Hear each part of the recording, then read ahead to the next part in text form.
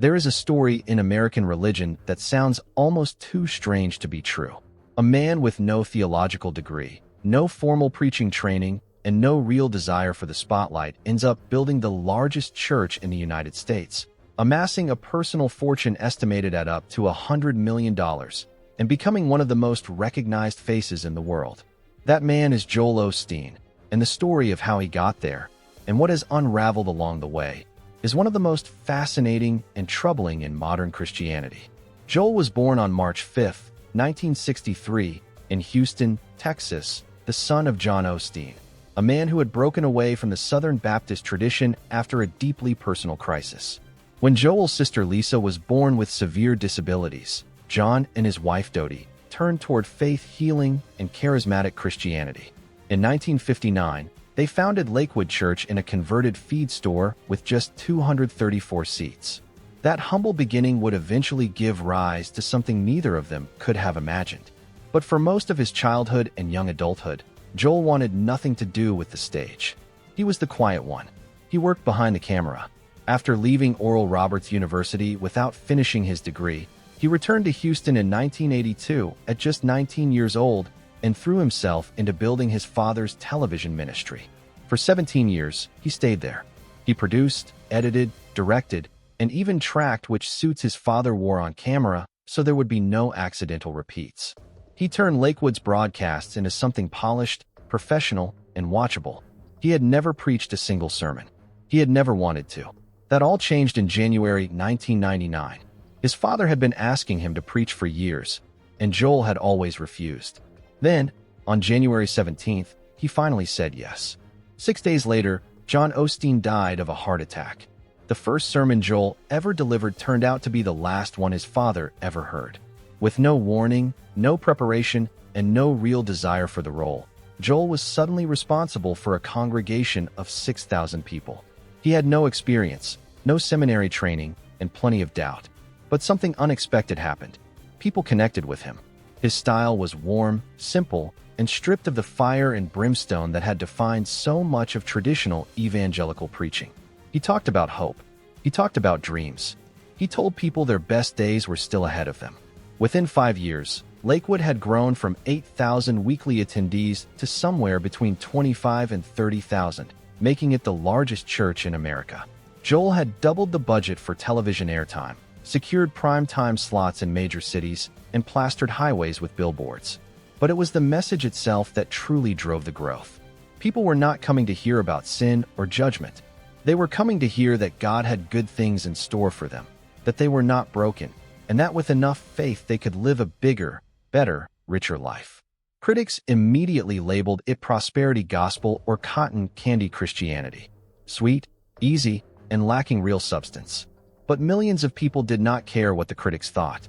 They kept coming. In 2003, Lakewood made a move that seemed almost delusional at the time. The church struck a deal with the city of Houston to lease the Compaq Center, the former home of the NBA's Houston Rockets. The lease cost $12 million for 30 years. The renovation cost nearly $95 million more. Workers gutted the arena and filled it with waterfalls, broadcast studios, classrooms, and over 200,000 square feet of new space.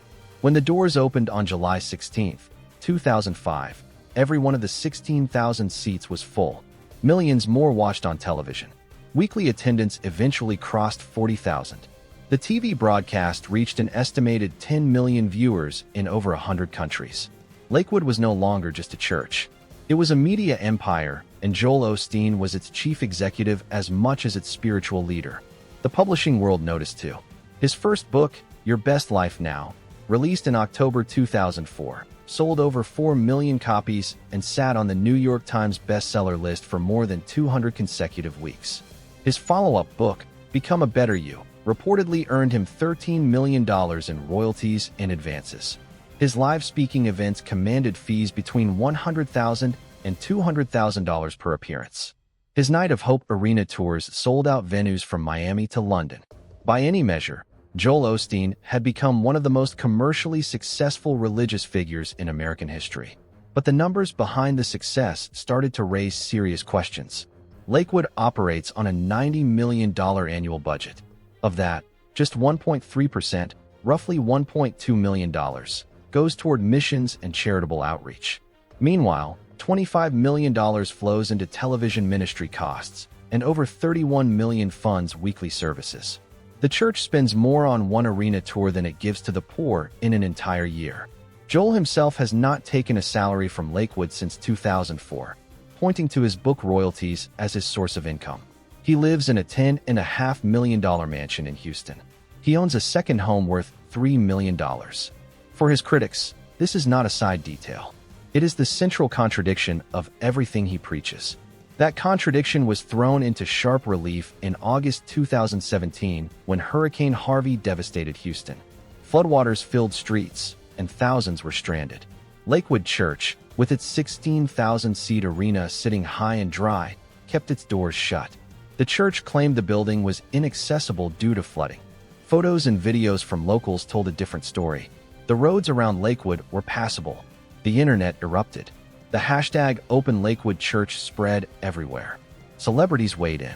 People pointed to businesses like a local mattress store that had opened its doors immediately to shelter hundreds of displaced residents. Lakewood eventually opened, but only after days of mounting public fury. The damage to Osteen's reputation was severe, and it never fully healed. When Hurricane Beryl struck in 2025, Lakewood distributed 40,000 bottles of water and food, but people online still asked the same question. Is he going to lock the doors again? The darker moments did not stop there. In February 2024, a woman named Janesse Yvonne Moreno walked into Lakewood Church carrying an AR-15, a second rifle, and a backpack she claimed contained a bomb. She brought her 7-year-old son with her. She opened fire in a hallway, shooting approximately 30 rounds. A 47-year-old man was wounded. Off-duty police officers working security returned fire and killed Moreno. But in the chaos, her young son Samuel was shot in the head. He required 2 emergency surgeries. Doctors removed half of his skull. He was on a ventilator for nearly 2 weeks. His grandmother, a rabbi, posted heartbreaking updates online as the world watched and waited. Samuel survived, but the trauma left behind was immeasurable.